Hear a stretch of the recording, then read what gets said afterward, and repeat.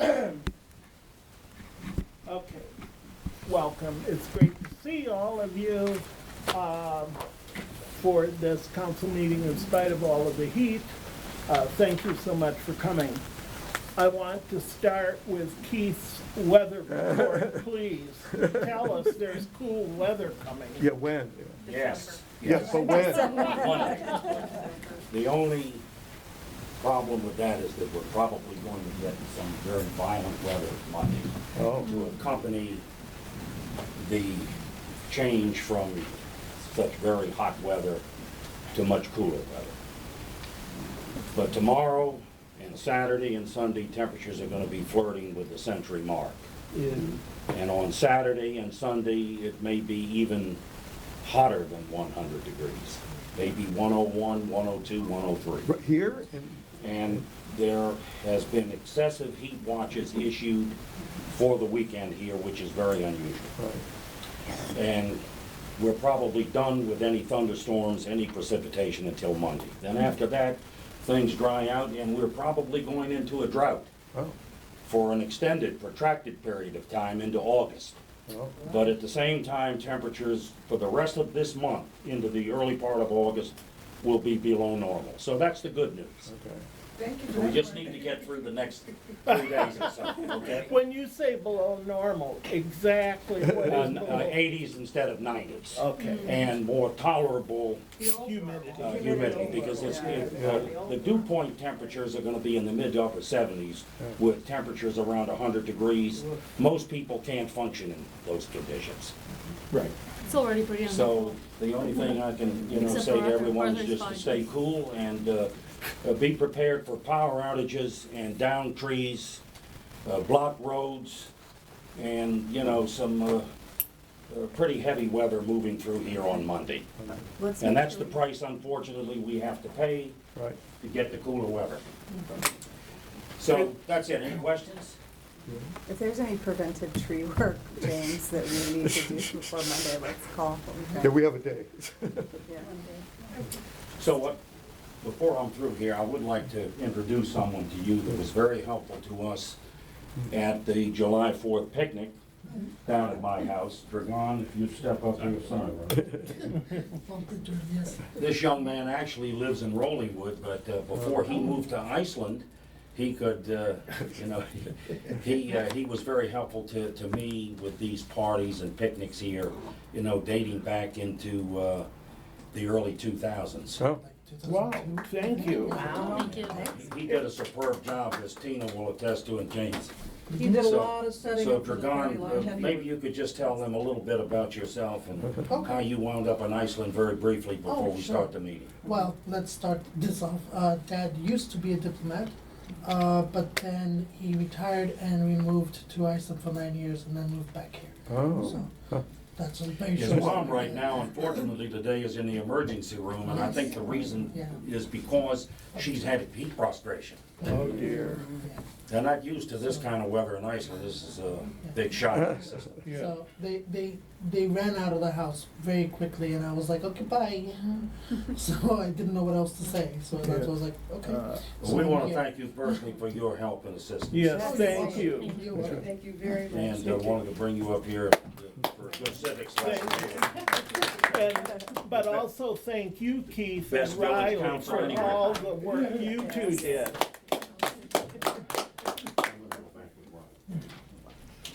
Okay, the first order of business. At the first meeting of the council, at the beginning of the fiscal year, is we have to elect our own officers.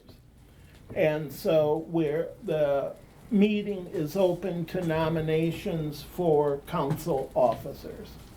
You want to mention what they all are? Chairman, vice chairman, treasurer, and secretary. May I nominate Richard Kraychek for chair, Stephanie for vice chair, and Arthur for treasurer, and Susan for secretary. And myself for council member at large. At large, at large. I'll second that. Okay, all I'll in second favor? Aye. Aye. I'll second that and vote aye. Good. Okay, committee reports. I don't know whether I should do, we have a lot of volunteers that help us get through all of the business. And the elections committee, we would like to reappoint Marty Langman as the chair, Lauren Beal, Jesse Tampio, and Lori Mitchell as members of the committee. So I need a motion to accept those. I move that we nominate that. Okay, No, we'll second that. all in favor? Aye.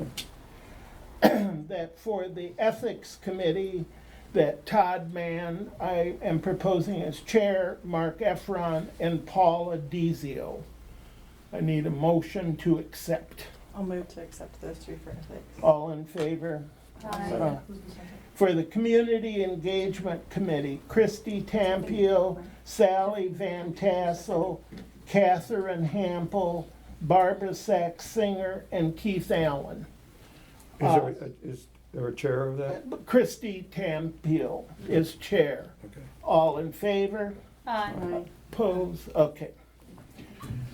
Now, Nobody moved, do we need to We- move that? Wait, did we do So I community moved, engagement? I so moved that we accept. okay, Yeah, he was on. Okay. I'll second. all in favor? All right. Aye. Was that for the community engagement? Yeah. Okay, I Isn't did there another skip one? by. One more? The village, there's two Yeah, more. right. Right. The village tree supervisor, Paula Goldberg, has once again stepped in to help us do that. And I propose that we nominate her for tree supervisor. Second. All in favor? Aye. Thank you. If you notice, the trees look good. I second. He moved, he I seconded. second. And we have to appoint to the Chevy Chase Fire Board, and I nominate, or propose, Paul Weller and Natalie's. Natalie Welly for, to continue on the Chevy Chase Fire Board. I will second that. All in favor? Aye. All right. Opposed? I think that's it. Yep. I want to chime in that the fire board is a 3-year term. I think we need to make that known. Okay. That is a 3-year term, and then the rest of the terms are annual. Yeah. So that's Thank you. that's Good critical. good note. I want to thank all of the people who have volunteered.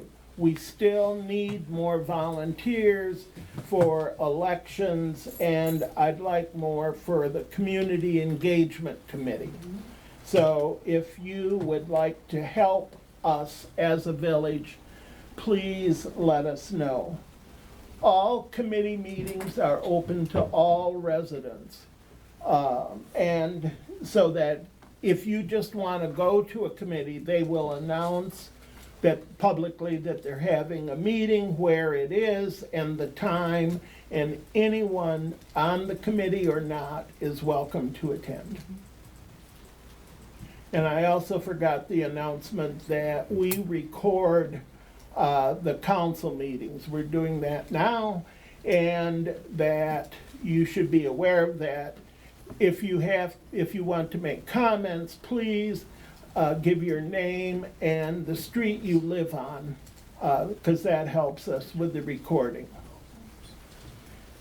So having said all of that, We do the closeout reports from the committees. pardon? The closeout reports for the committees from last year. Oh, we have to close out, what does that, Marty is here to give a report. And Miss So, And Oh. and Paula's going to give a report. Okay, who wants to be first? All right, very good. Paula Goldberg, Tree Supervisor, Bradley Lane. As Tree Supervisor for the Village of Martin's Additions, I'm pleased to provide a report of this year's tree activities. The Tree Supervisor position in the village is voluntary and is limited to overseeing the well-being of trees in the right-of-way areas in the village. The role of the tree supervisor is to work collaboratively with the village arborist, to inspect trees with the village arborist at least twice a year, and to inspect trees in the right-of-way that are problematic for residents, developers, and utility companies. Occasionally, issues with trees, I should be talking to you all too, require a direct consultation with our regional state arborist. As tree supervisor, I had big shoes to fill. Dan Gardner, who passed away last year, was the VMA's tree supervisor for many years, for so many years that most of us can't even recall when he When he wasn't. initially volunteered for the position. That's right. Those who So know, true. those who knew him recall his love for our community's trees with great fondness. He was especially partial to redbuds, a lovely native tree that blooms pink in the spring. A redbud was planted in his honor and his memory a little over a year ago at the garden at Brookville Road and Cummings Lane, and it's thriving. Over the past 12 months, tree removal and planting in the village has been unremarkable. It's sort of a steady state, which is good. Some old failing right-of-way trees were removed and native trees were replanted in their place.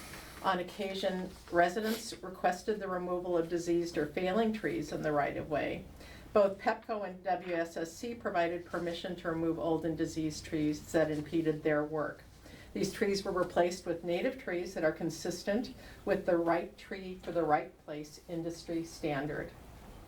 Our canopy tree planting program was utilized by 6 or 7 residents this year. I still don't have the final count, but it didn't have the reach that we had hoped it would have, and I'll address that in just a minute.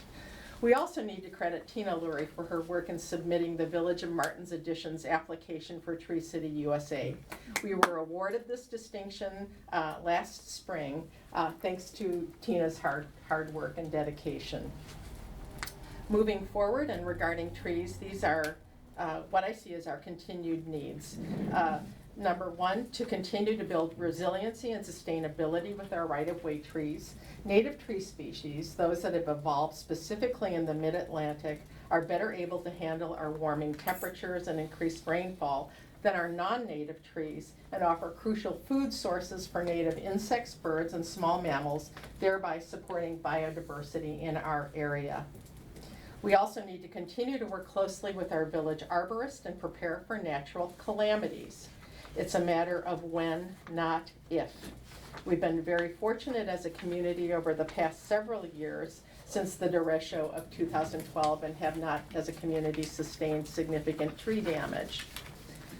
Lastly, we need to consider expanding the canopy tree program in the village to include native understory trees. The expansion of the program will involve more residents who don't have suitable property for planting a canopy tree, but who have room for a smaller, viable addition.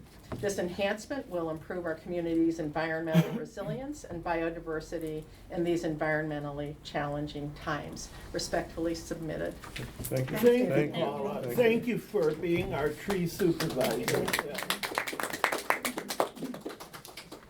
Can you email that so that we I can? sure can. I appreciate that. Thank you very much. You're welcome. And on behalf of the election committee, I want to thank everyone for voting. It was a near record turnout this year. And I have 2 official reports, which all of you have seen. One is the official election report that was issued on May 10th.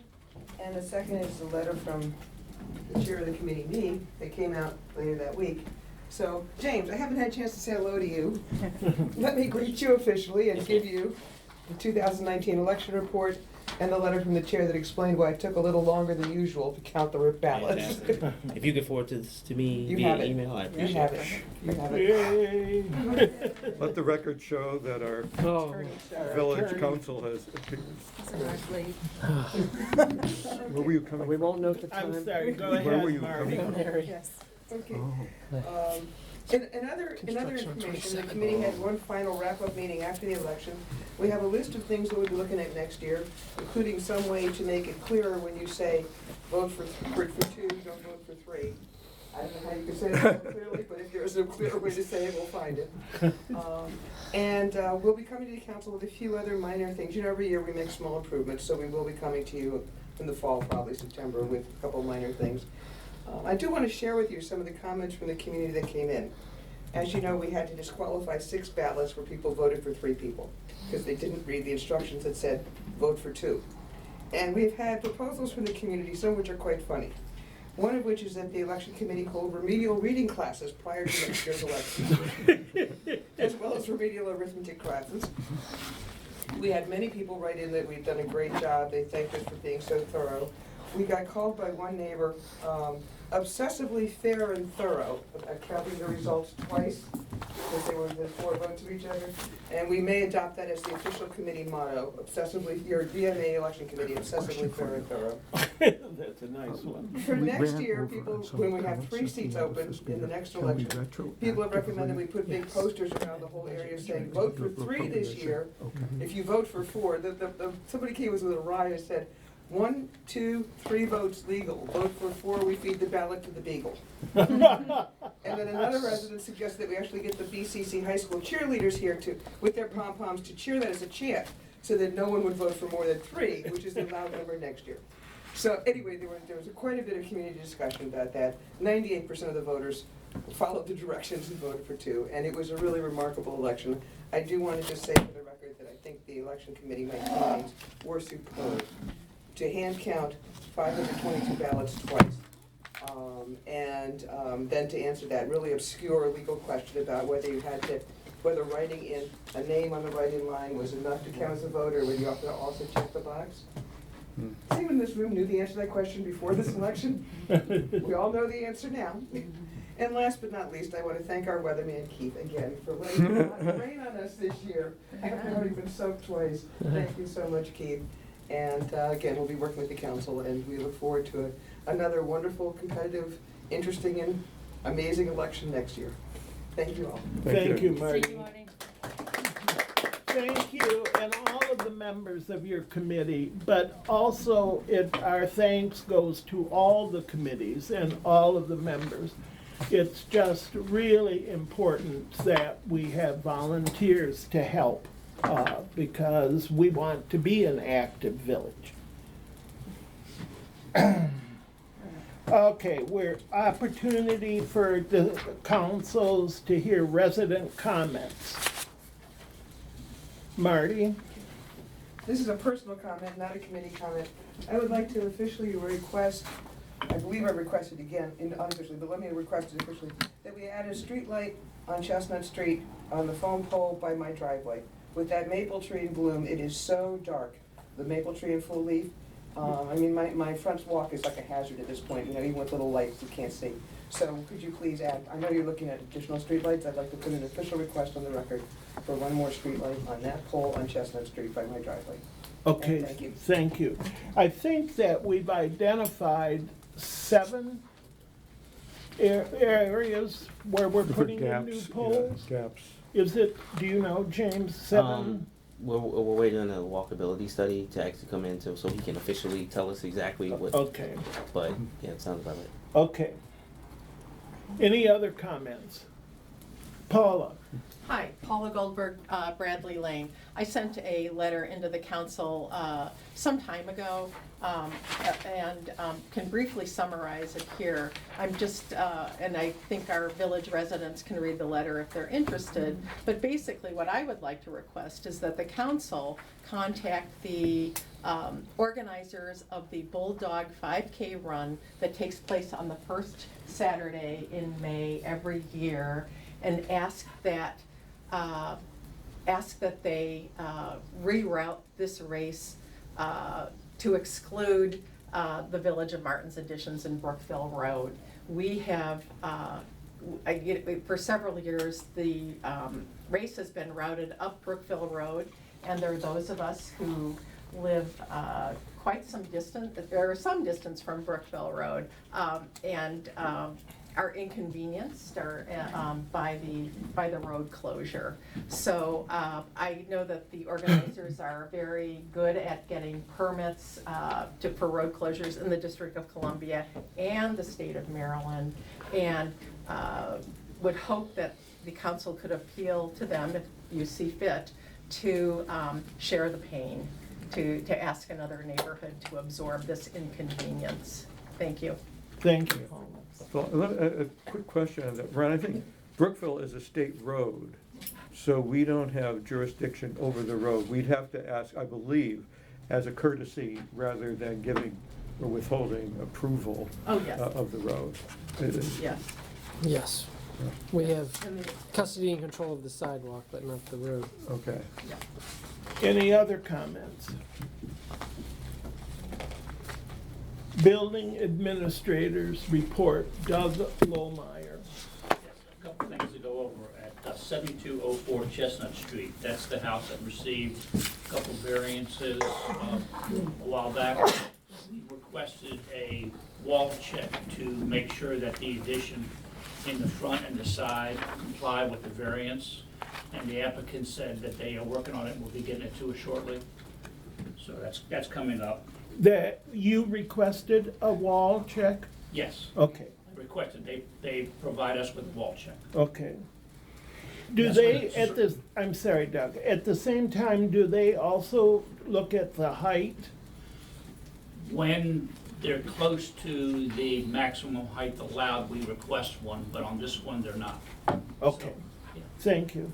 But on 3521 Cummings, they were close to the height, so we requested a wall check and a height check. That came in last week, and it complies with the code and the approved site plan, so they are conforming to everything so far. And Doug, down on Taylor, the same thing will occur when they get the roof up and Yeah, everything. that's next. Which one, is That- that 3412 or 3512? 3412 Thirty Taylor. foot 12. Okay, They are adding the roof now. We placed a stop work order on the property a couple weeks ago. They made some changes to the plans, which brought them back into compliance with the town code on paper. So we required that, once the shingles go on the roof, they provide us with a height survey to make sure they comply with the maximum heights for the new house.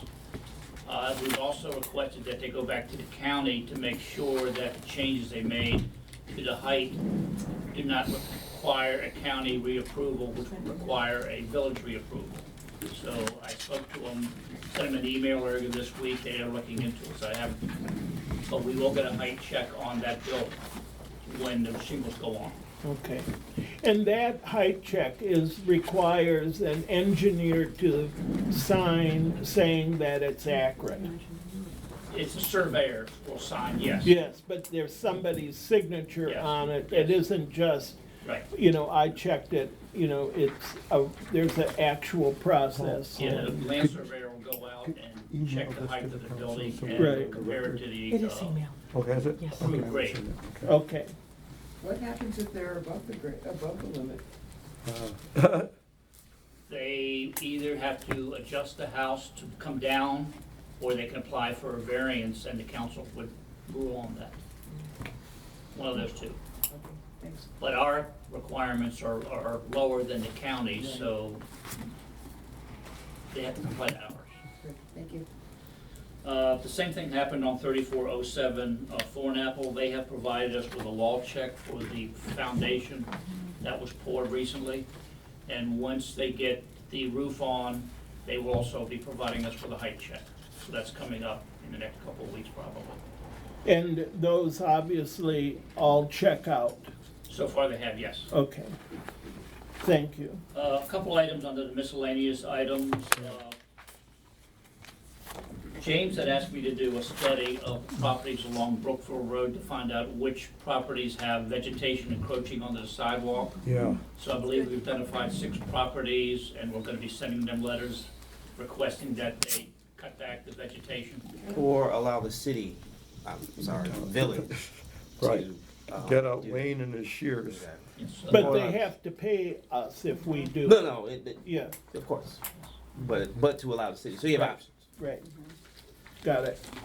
The last item is, recently we received a request from WSSC and Washington Gas to extend utilities to the new houses that are under construction in the town. And we really don't have a procedure to permit the utility companies doing work in the town's right-of-ways. The bond that the applicant provides doesn't really state that it covers Washington Gas, WSSC. It pretty much covers what the contractor or the applicant's contractors are. And James and I have talked about it, and we're kind of proposing that maybe we modify the permit and the performance bond to state that it also covers the utility companies work, because in the future, an applicant might say, well, WSSC wasn't my contractor, they damaged the street. I'm not gonna be responsible for it, and we get into a legal argument. So I'm proposing that we look into that and with Ron's guidance, maybe adding some wording to the bond, performance bond, specifically saying that any work provided by the utility companies for the new house is also covered by the bond, and we can hold that bond until those repairs are made. So that's- When we do that, Ron, can you explain to us how that works with our right-of-way license agreements? with Yeah, the that's- utilities that are is that- already in place? Is that tricky? I mean, I'm because- asking you to answer right now. I'm just, Okay. My only concern is I'm not sure it has enough teeth in it. The other option would be to make each utility company obtain a permit for each individual house, which is gonna be a nuisance to the staff. So I'm hoping this will solve the problem, but I need Ron's input. there was one other thing that came up with 3407 Thornapple, the noise issue. And I know that you've done some talking with the county folks about when they come out and check. So I think, I just wanna make sure that we have a conversation at another meeting that doesn't have quite as much on the agenda to talk about noise and hours, so that we're educating everybody and then we decide what we can do as a path forward.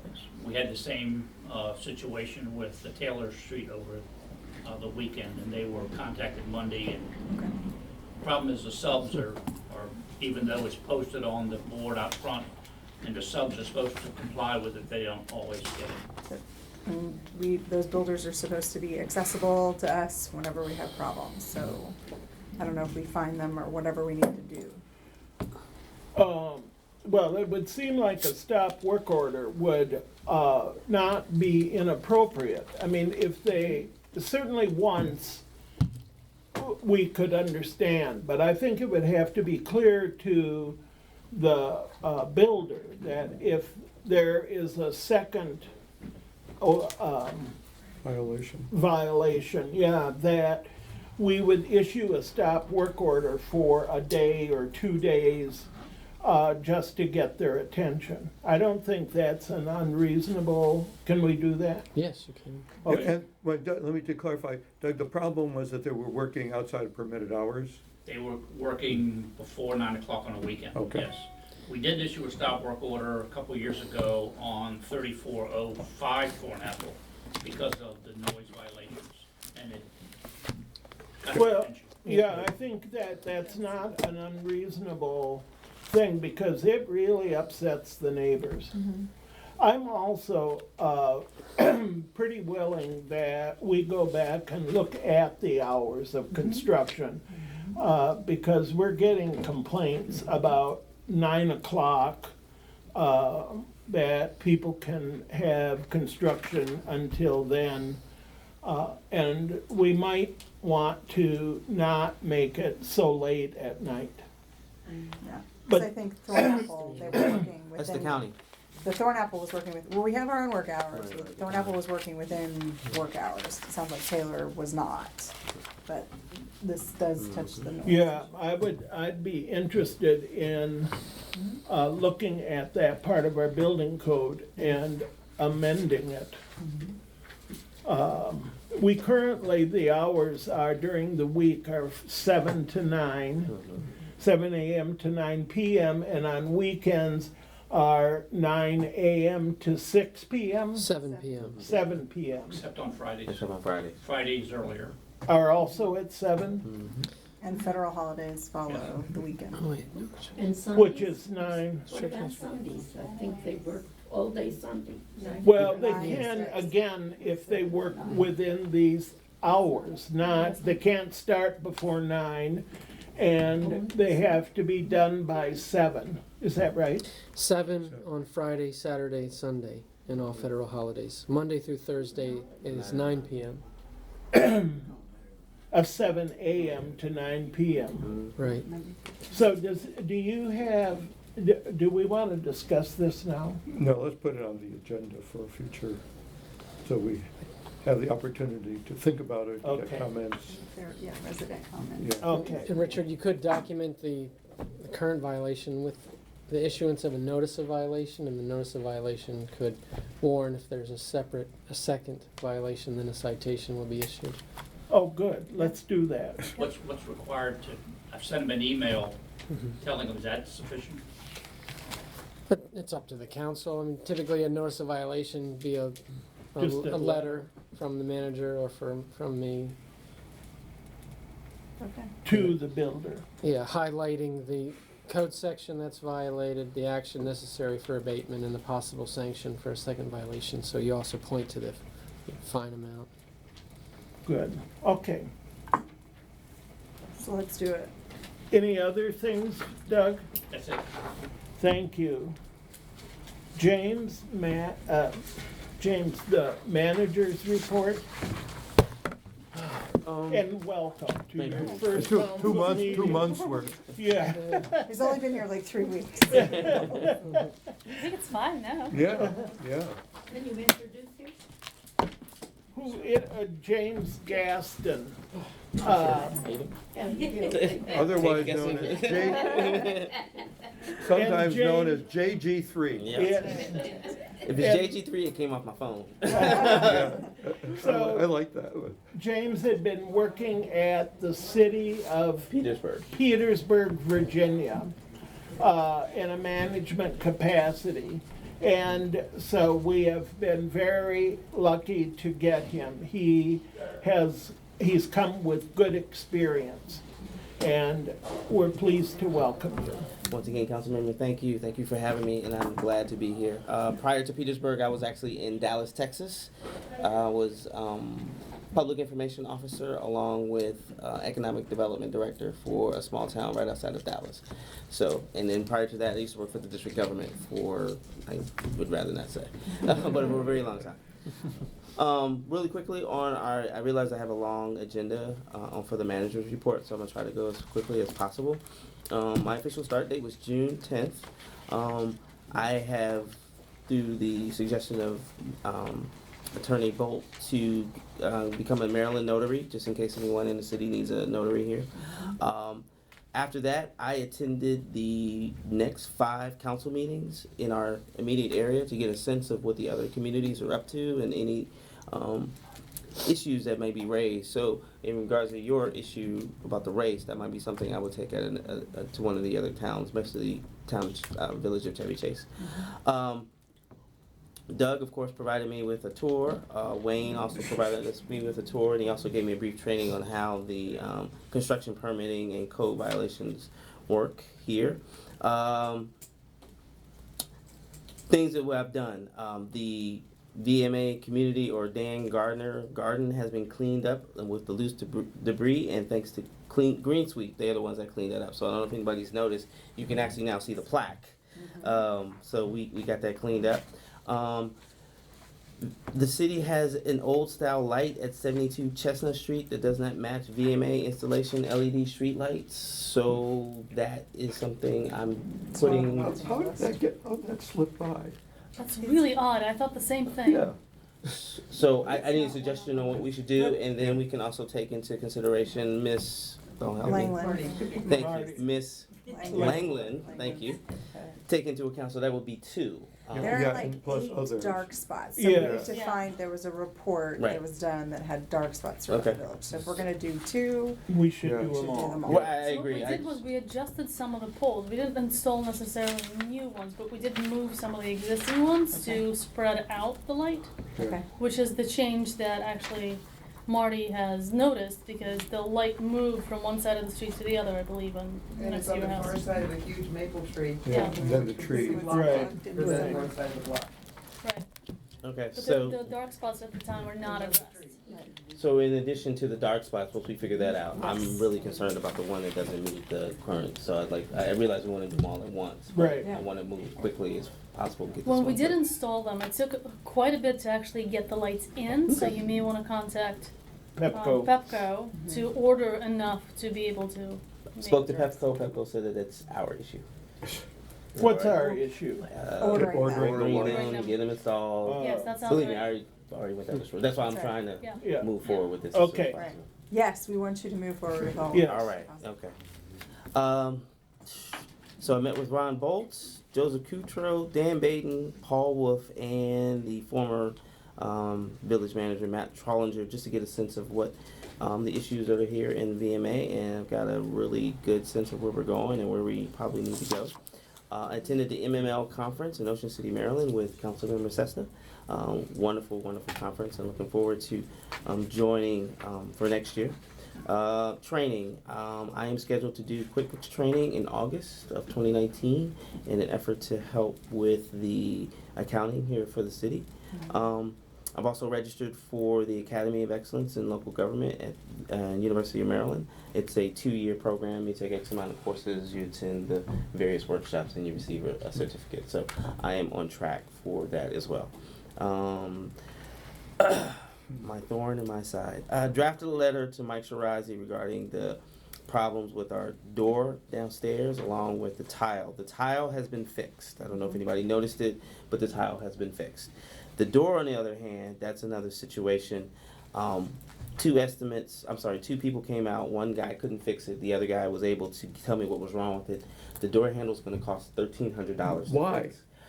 The bar itself needs to be replaced. Can we just buy a new door for that? We could, but It's that's not our door. That's not our door. So I'm bringing this up because I have the $1,300 estimate.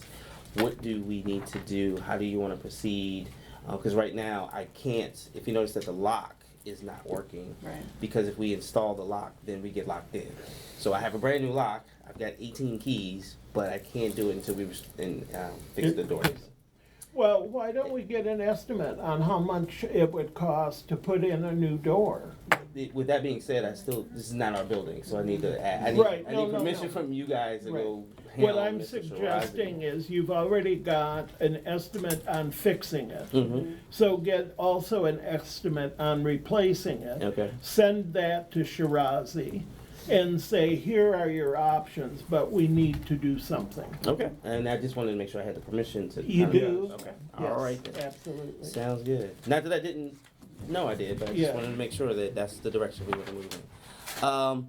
I've created 4 new VMA forms for better organization and tracking. We have a brand new charitable contribution acknowledgement form.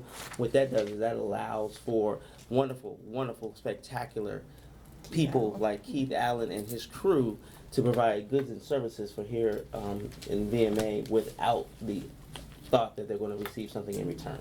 So this is a protection from us, just in case anybody wants to do that. It was drafted by Mr. Bolt and passed by Council Ethics Committee, and I was able to get it out. And So is that useful to the donors to also be able to indicate that on their income tax as a charitable donation? I would seem so. The form reflects that a write-off may be available, but the village does not provide an assertion one way or the other, Okay. because we don't want to get in the position of giving tax advice. Yes, I agree. Okay, moving ahead. fair enough. A travel reimbursement form, an invoice payment form. The reason it's a little different is because it actually has a budget code, and once you have the budget code, then as I move forward with learning QuickBooks, I will be able to put it in the various budget categories to make sure that the spending is correct and it stays on track to meet Mr. Arthur's requirements. And then the oath of office form, which I just created, has been revamped, and now for our pet project, which Miss Tina has been very helpful with. We are moving very quickly with archiving all of our documents. We are following the state of Maryland retention and disposal schedule to the letter of the law, and what we're going to do in essence is store the documents for 5 to 7 years, and then we're going to rotate them out. What the state of Maryland asks you to do is, before you destroy it, you just have to let them know what you're destroying, and all they want is the piece of paper. Right. Any of the permanent records that we're going to send, we're going to follow the letter of the law and then send those documents to them for storage. So, believe it or not, Ms. Tina and I have found some documents that are kind of old, 1999, 2004. That's not old. For pieces of paper, they are. The fact that I can go over and pick them up. Typewritten at that time. So I was looking for smoke signals, but I didn't find it. A quick question. Yes, sir. Are these, have these regulations changed? So Well- are there new ones, or they're becoming more active, or we're just following it now? We're following them. Okay. Because So- I know we did there was a big transition where we Right. dumped a lot of stuff. Yes. Yeah. And set, 4 put years things ago, in yes. categories. Okay. So following up, we are following the other towns' Right. protocol. This project should be done by the end of office or sooner, and Okay. will be done. And then they'll be out of the office. Let's see. Thank you. Dog park. Oh yes, sure. The dog park. We're not involved in it. But I wanted to update you on it. Okay. The dog park hours have changed as of July 8th. What were the original hours? The original hours were 7 a.m. to sunset and 8 a.m. to sunset. So 8 a.m. on the weekdays. 7 a.m. on the weekdays and 8 a.m. on the weekends. They have moved them to 8 a.m. to sunset on Monday through Friday, and then 9 a.m. to sunset on the weekend and holidays. They are going to revisit this again in September at one of their meetings, and the thought process is to remove the dog park designation from that area and just call it a park. Oh. That is what they're leaning towards, but it hasn't been confirmed yet. So And it's just, Yes, I'm it's passing a mess. information on. I think it's important. Yeah. A lot of A people, lot of people. Oh. use it. You But a still will lot be of able to people take feel- your dog there. They'll just need to be on a leash. And I think one other thing for many of the residents to know, because the history's been questioned about how it was originally purchased. We learned from Shana Davis Cook, the Chevy Chase Village manager, that there were private funds. There were also public grant funds that were used to purchase the park years ago, which prohibits Chevy Chase Village from closing it to being a Chevy Chase Village residents only entity. The fact that they took those grant funds to purchase it years ago. So whether it's a dog park where you have a leash or not a leash, whether it's a park where you can sit and visit with your friends, it has to be open to the public. So- and I'm sure that there must be people here who remember that they sent out a letter asking people to help buy that land, or it was going to be made into a SunTrust bank. And that was, the neighbors all got excited and said, well, let us try to buy the land from the owner. And there were certainly a number of people, ourselves included, that made contributions so that they could buy that land. And somehow that fell through the cracks in the village until recently, when it was finally acknowledged that there had been private donations. Okay, Well, let me Reason to finish. keep the records. Yeah. True statement. What the downside of the dog park being switched to a regular park is that we're probably going to need some dog bag dispensers on the south or. but that's a village problem. not Correct, but I ours. just wanted to make you guys aware of it. Right. That that's going to be an expense that we're We're gonna going ask to them have for to that. have because we only have like 5 on this end, and then there's like none on that end. So Okay. we're gonna. Oh, I see what you're saying. Okay. Okay. The council, this is something from North Chevy Chase. The joint meeting of council members inquire about advocate of public housing for ZTA. I'm actually going to defer to Mr. Bolt because I think that this is his area of expertise. Sure. So the accessory dwelling unit zoning text amendment that's pending for the county council, there's a hearing on the 23rd.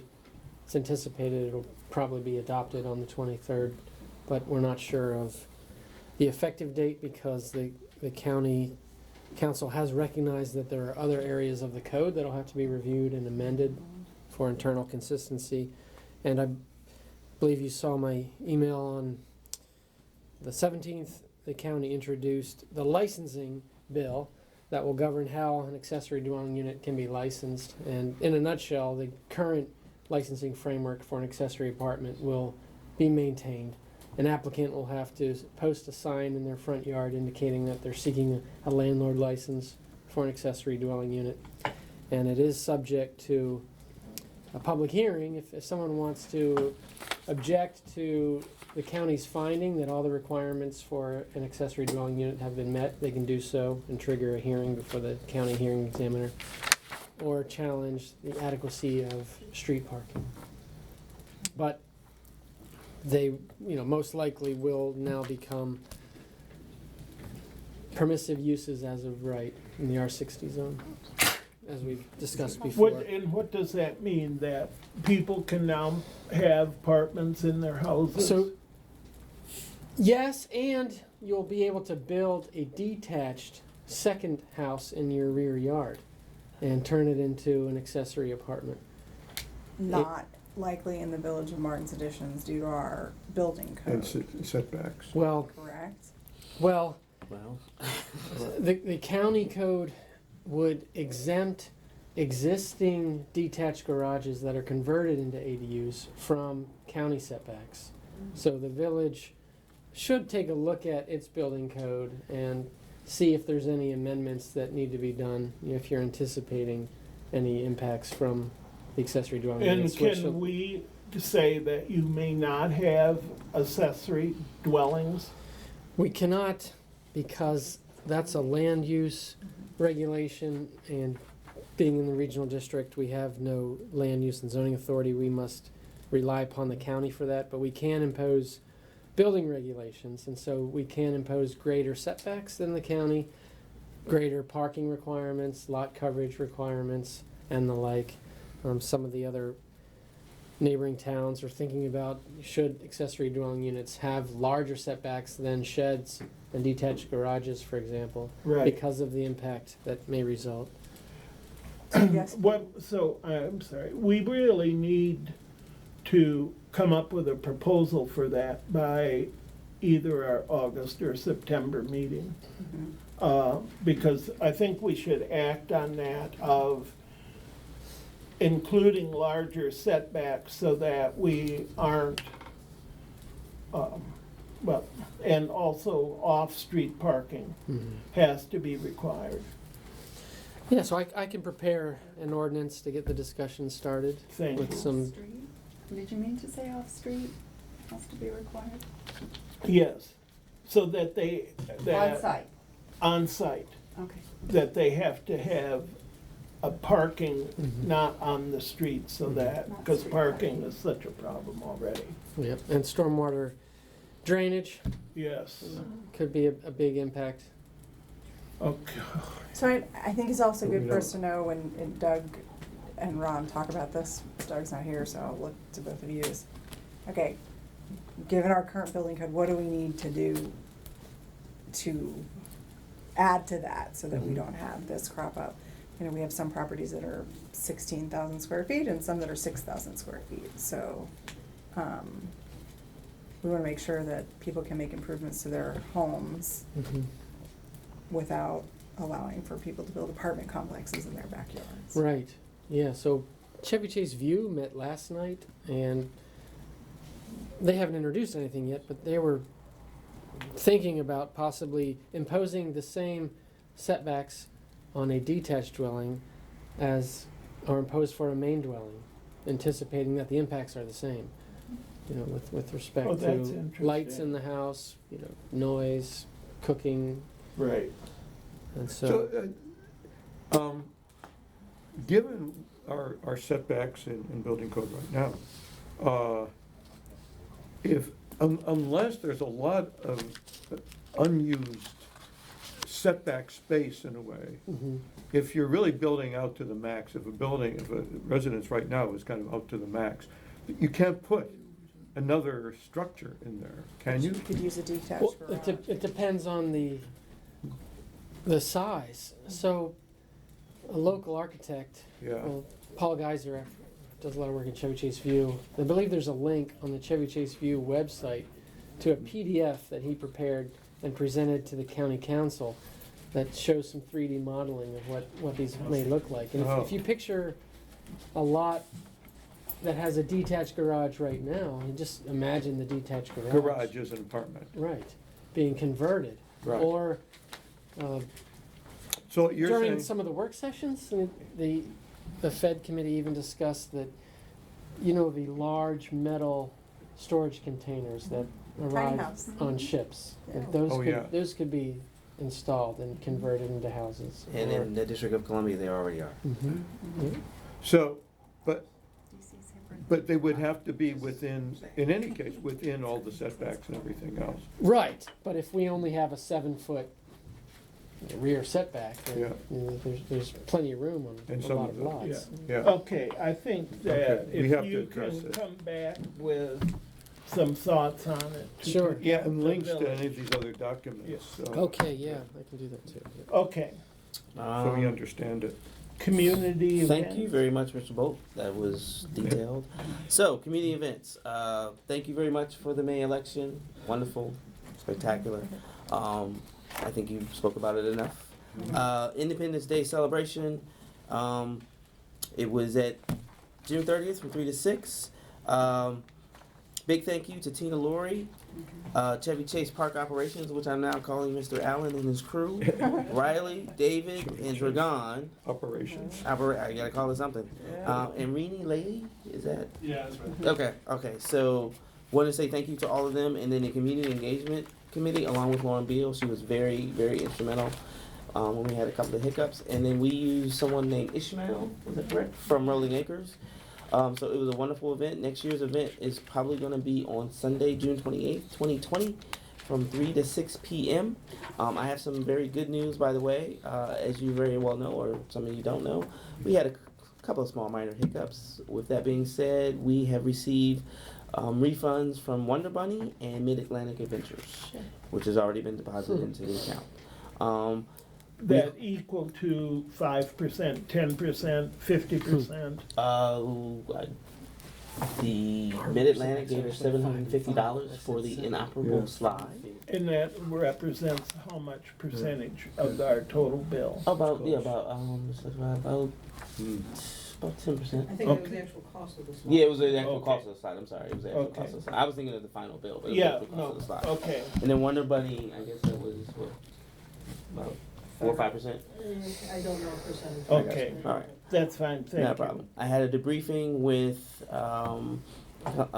Tina Laurie, Councilmember Cessna, Keith Allen, and we just talked about the ups and downs of the particular event, and we're going to have another one. Movie night in the park is going to be September 1st with a rain date of September 7th. Permits. Keith, are you on that? September 1st. No Make a rain. note. September 1st, yes. Make a note. Yes, my Chevy Chase ops, they are ready to go. That's right. I had- Rain. Park ops. I can't call them crew. Park ops. Park ops. But the permits are on the way, and we are moving forward. We have invited all 11 towns to attend this particular event. We actually increased the screen size in order to hopefully accommodate that. So you got that? It's going to be okay. All right. Contractors and contracts. I'm currently reviewing all of the current contracts to make sure they're up to the same date. Doug, his contract actually ended July 21st, 2018. I am asking, and he's been working on a verbal agreement. I spoke to Mr. Bolt, and Mr. Bolt said that if we can extend him a memo or a letter officially through 2020, then we can decide what we want to do after 2020. So Okay, good. that's what we are, because right now Doug is a great guy and he's doing a wonderful job, but he's basically working on please, thank you, and that's about it. Ron, let's get that documented and then schedule an RFP for the next time we're supposed to do. Okay, yeah, we did discuss We the did it, yeah, we just Okay. the Okay. RFP policy. So that's one of the contracts that I know particularly. I still need to go through the rest of them, but I am working on them. It's a tedious process, luckily, but I'm going to get through that. The GIS is an issue that we're going to have to revisit once again. We are in contact with the GIS people, and we hope to get that resolved. Walkability study. Councilmember Cessna and I met with Chris Jubiat in MML. We talked about expanding the scope of work worked it with Mr. Bolt. We've sent him a new walkability study with the expanded scope of work. Contract with the new scope of work, and I have not heard back from him, but I have reached out to him on several occasions, and as soon as that happens, we can move forward with our walkability study. Utilities, WSSC, finished repairs on Martin Additions, beyond into Chevy Chase, and washing glass, completed repairs on Taylor Street, and you both are aware of the Building Administration Intermunicipal Operations Report. Mr. Wayne Fowler is now submitting reports on a monthly basis, so you will be receiving those on all the wonderful work that he does, and it's right behind my report. Okay, I have a question about the utilities coming in. When WSSC was working on whatever they were doing, our water got so rusty, and I accidentally washed white things in the rusty water, which is just the end of the world. Aren't they supposed to get a permit from us?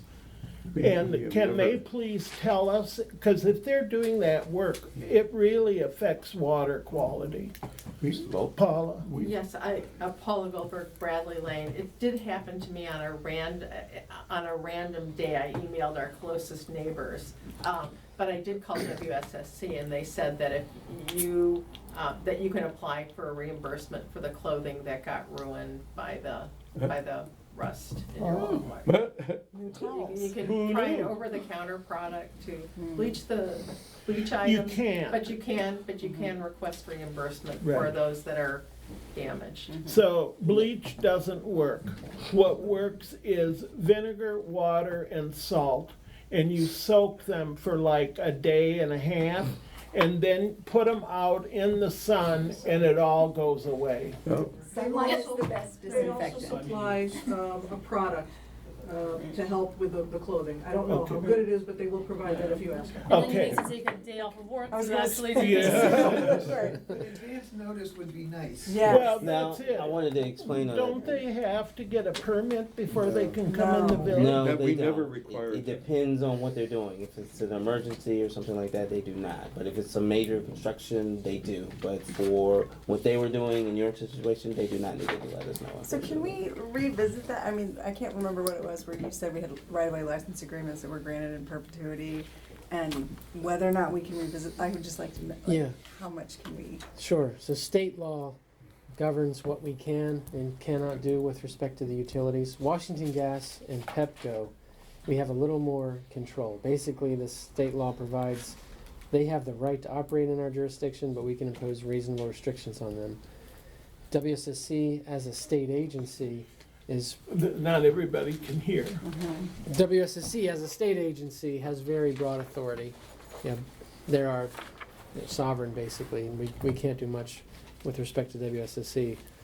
But we can likely, arrange the types of notice that you're desirous of. I don't Yeah. think WSSC would object to that. Well, I hope. Well, the email they sent me is they didn't have to, so I guess she was. That's what they told me.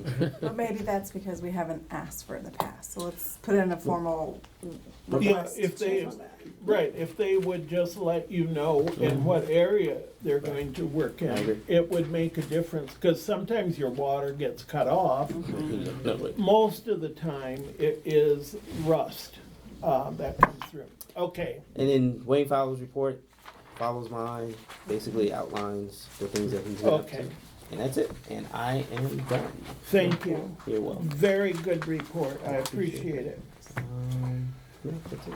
Okay, And I'm going to step away. right, I understand that you have to leave early tonight, and thank you. Travel safe. No, thank you. Good night. Have a good evening.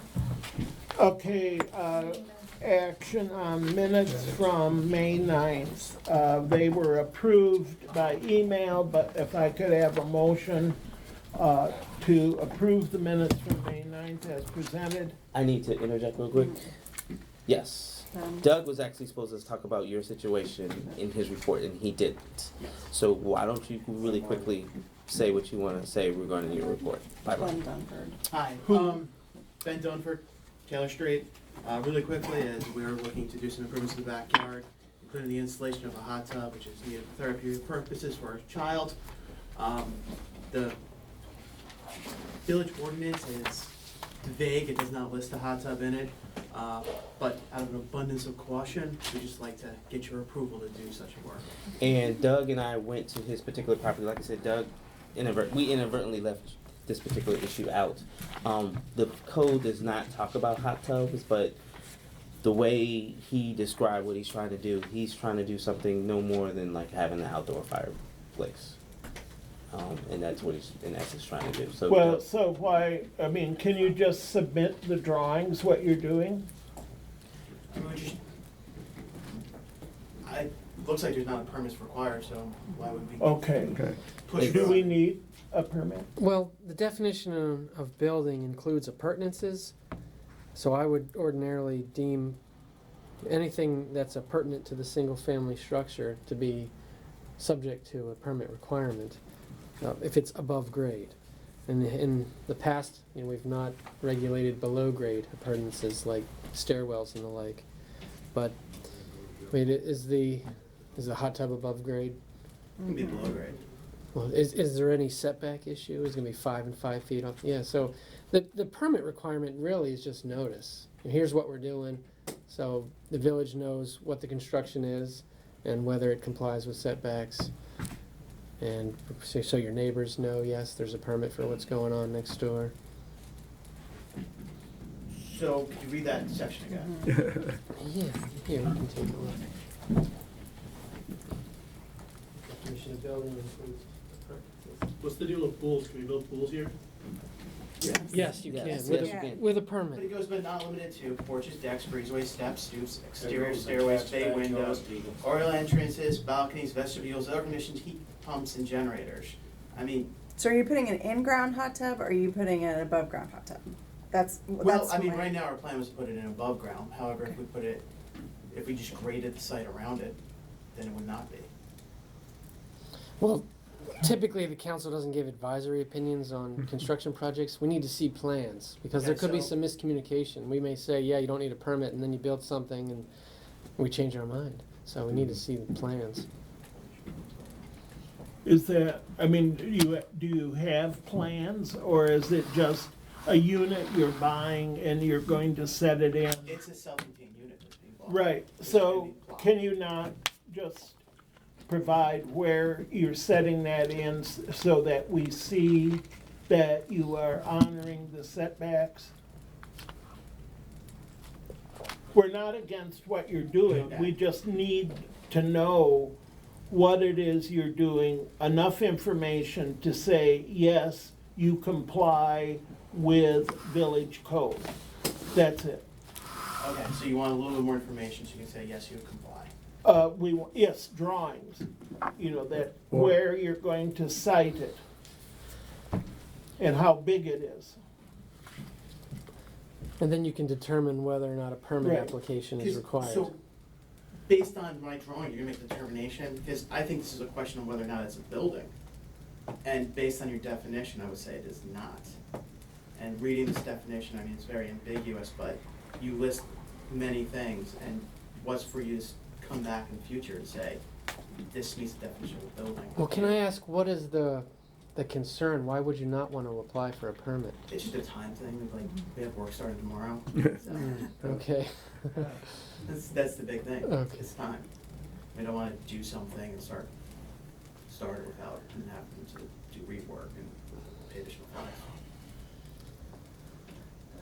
Do you have a house location survey from when you purchased the property? We do. So you could just draw on your house location survey, here's where we're gonna put it. And then you could draw a line and say, this is gonna be X feet from the rear lot line, and it'll be Y feet from the side lot line. So we'll comply with the 5 foot and 5 foot rear and side setbacks for Understand. accessory structures. So, we just have to comply with 5 and 5. Thank you. Appreciate your time. Thank you. Thank you. Thank you. No problem. Thank you, James. Okay, You're now, welcome. now you- Now, I need a motion to approve the minutes on May 9th. Move to approve the May 9th minutes. Second, I will second that. all in favor? All right. Yeah, I forgot it was the one I thought. Hazard mitigation plan. Ron. Oh. So, in 2010, the village adopted the Montgomery County Hazard Mitigation Plan. The county has amended its hazard mitigation plan, and so this resolution would just adopt the county amendments. The county's asked that all the municipalities do so. Adoption is necessary to preserve entitlement to federal emergency funds. And so, And there isn't anything in this that would disadvantage us as a village. no. I mean, I have asked managers in other villages, have you contacted the county to Right. find out what your individual requirements are so that you will be ready? And suggest that Martin's Additions do the same. I understand, for example, in Chevy Chase View, the village manager has gone through a training course with the county, allowing her then to access the county's computerized emergency broadcast system so she can take a look at weather events and then the like. And it's probably something Martin's Additions will want to take advantage of too. Yeah, I think actually Gene had done that, and when we first did that. Okay. Yeah, okay, I see no issue. Okay, we need a motion to adopt the Yes. county's This is a resolution. hazard mitigation plan? Yep. Oh, it's a resolution. It's a resolution. I'm at the wrong page. Resolution 719-1, a resolution to adopt Montgomery County Hazard Mitigation Plan 2018. Is there a motion to introduce? Yes, I will move to introduce this resolution, A second? to continue. All in I got favor? it, yeah. Aye. All opposed? Motion carried. So this needs a hearing at the next meeting. No, this is a resolution, Right. right? Oh, so it's done. Yes, it's Okay. done. I just found it. Okay, financial report? Okay, and the financial report, we have pretty close to the end of the fiscal year receipts and expenditures. And we now know that we have a shortage in 3 accounts that we can retroactively adopt new budget resolutions to cover that. And within the same broad category, there are excess funds. And so we can move funds from one budget category to another to cover these 3 items. Overall, we ended the year with $176,000 surplus. As of the latest bills, there are still bills coming in. So it could change a little bit by the final reading, but roughly $176,000. Arthur, I know Yeah. I wasn't here for a couple of meetings for a medical issue, but Yeah. these expenses were end of the year, like June expenses? They're- Yeah, these just, had to we change actually them in had, July? we did cover some of these earlier, some earlier ones. And these just came up in the Probably latest had billing we, period. if we had met as we planned in That probably would have June, seen we it, would I have- didn't look at it then, yeah. Okay, so. Possibly, but these are, now we have all the bills are coming Right, in, okay. and we have it all. So there is a motion to transfer $1,300 from office furniture and equipment to office expense, Yes, to transfer $7,000 from municipal operations to building review and permits, and to transfer $4,200 from street cleaning for leaf vacuuming. right, that's Do I it. have a motion to make those adjustments in the budget? Can I move? Yes. Okay, I will move to do so. May I have a second? I will second. Does anybody have any discussion on it? All in favor? Aye.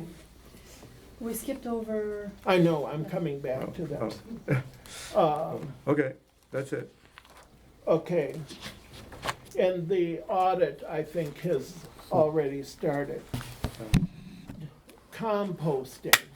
Susan, I think there's still sufficient demand to warrant, there is sufficient demand to warrant a composting program, either pilot or village-wide.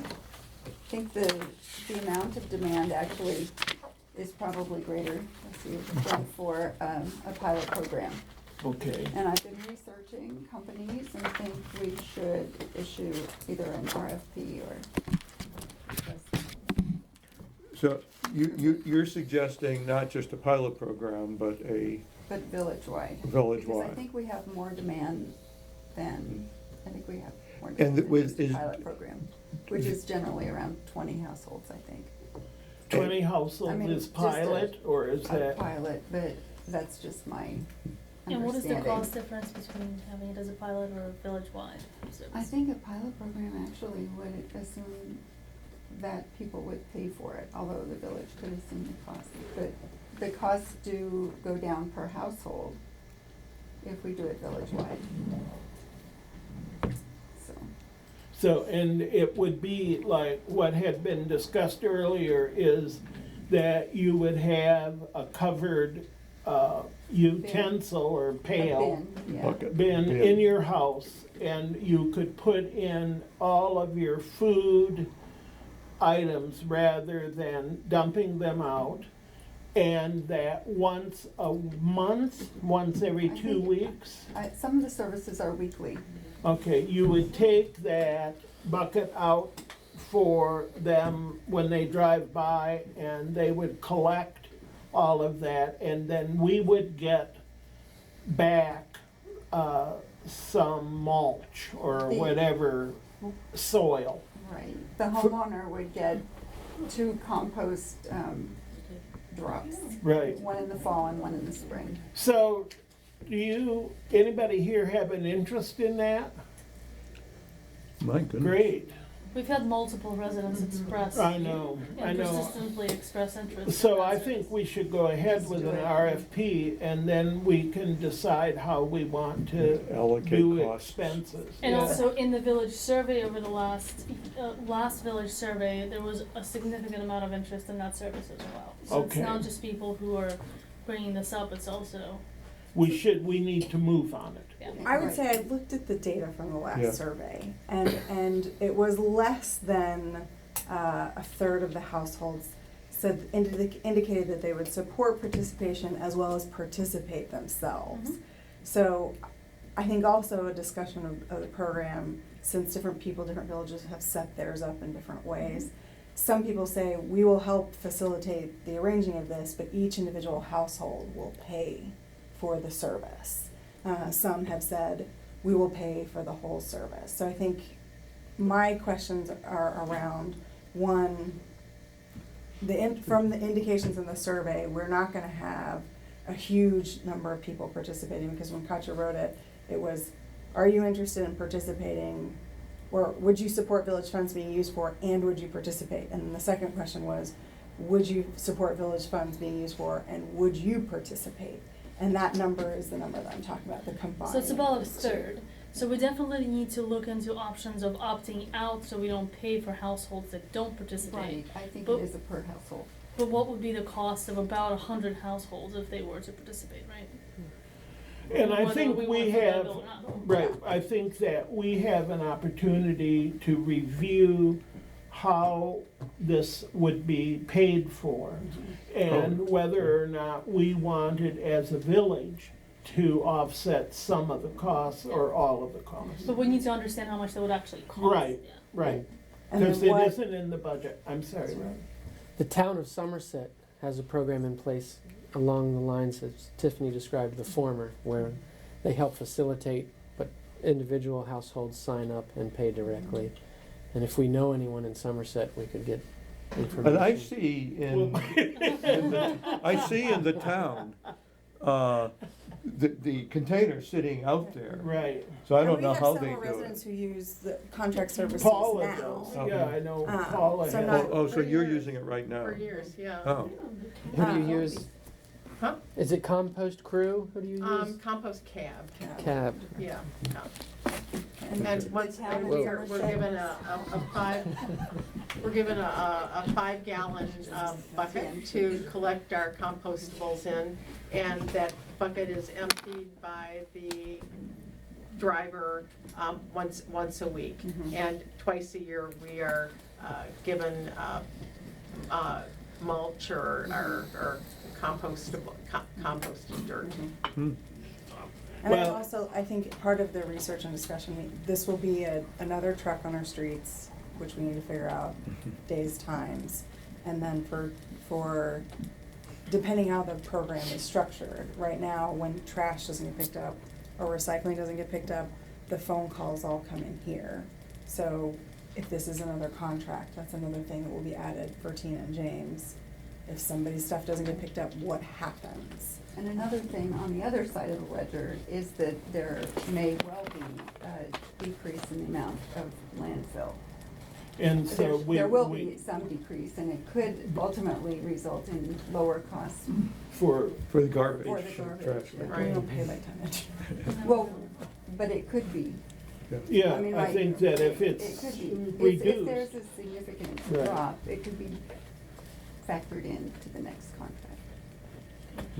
Okay, so do we need a motion to move ahead No. with an RFP, or do we just direct the staff? Just direct, yeah. Direct staff, do an RFP for village-wide For about 100 households, because we have for 2/3. composting. Yes, because we have about 2/3 of households that have not expressed interest in participating. Right, but once we've got it set up, maybe, and we announce it and have a meeting around it, maybe we'll get more people. Maybe, but I think when we price it out, we need to price it out based on the information that Right. we do have, which is about 100 households. Okay. Okay. And then walkability study. So in the walkability study, we have issued an RFP in the spring. We got 2 responses, one of which was from Chris Joviak and another one was from a different company. We, as a village, have selected Chris Joviak's RFP. Jakubiak, sorry, Chris. The cost of the 2 proposals was about the same, but Chris's proposal was with a lot more engagement from the residents in the study of what opportunities we do have. So, as James has mentioned, Tiffany and James talked to Chris at the conference over the summer, and he is been requested to submit a more detailed proposal. So we're awaiting that. That's been requested last week. Hopefully we'll have a more detailed update by the next council. Good. Okay, thank you. No action at this time. Any other comments from the audience? Yes, Bernice. Bernice Duval, Taylor Street. I'm curious, part of what Doug was saying, and actually Mr. Gaston, the green space between the sidewalk and the street, and my understanding is residents are to take care of it other than the trees. Right. Okay, and we're talking about utilities coming in. Are between the spinners who are across from me and my side, the gas company, I mean, they have, it's worse on the other side of the street, but they've messed it all up. There's ruts, there's rocks, it has nothing to do with the builders so far, they've been better. But they've, ridden over everything, and I know myself, I've reclaimed it, I can't tell you how many times. Are they responsible for fixing it? Yes, they should. It's the gas company at this point and the pavers, but they put equipment all over and they Right, run ruts now, down. And the gas people, when they were digging up, there's rocks all over. Are they completed there? Hmm? Have they completed that job?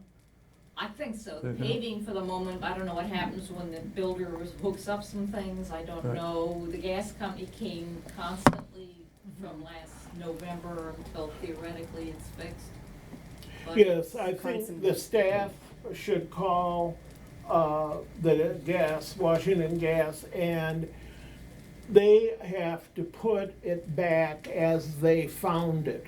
Okay. And so it Having is said their that, I responsibility. don't know if you know the Riopetus, because of the trees that I have, the roots are so big, the little Riopetus usually gets cut down about once a year. That's Right. what I have, but it's all messed up. Oh, And dear. the spinners have always kept the grass very nicely cut, and it's, A mess. We'll follow up with Washington Gas, and one thank other you. question. Tina, I don't know if it was reported or not, some big vehicle went around the corners. It's the pole directly across from me on the corner of Dalefield and Taylor. And they tore off the cable that comes to the ground. Was that ever reported? When was this? Actually, it's been a while, over a month ago. But I don't think it was the builders, I think it was somebody else. And also tore one of my Verizon lines down, and my neighbors next door had to have their lines reattached to the house. And did you also Hmm? have to have lines reattached? Actually, I think one of my lines had already been cut off, so I was fine. Okay. They did the, next door, Right. 3500. And they've called it in. He took care of, yeah, Right. he took care of contacting Verizon, but he had to pay to have it done. We don't know who did it, but the electrician on Chestnut Street brought to my attention that cable should be reattached. It's, All right, let's talk later, so we Directly get, across we get some from more me. information. okay, thank you. Any other comments?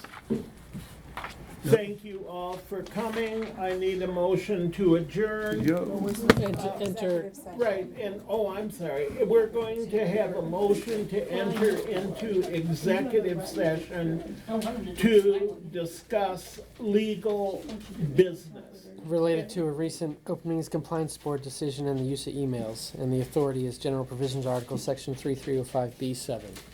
Good. So we need for you to depart, and thank you for coming. Thank you, everybody. Richard moved, I second. So Okay. that we go into executive session. All in favor? Ted, great to see you. Richard, excuse me. Oh, we're just, Before we we're depart, looking at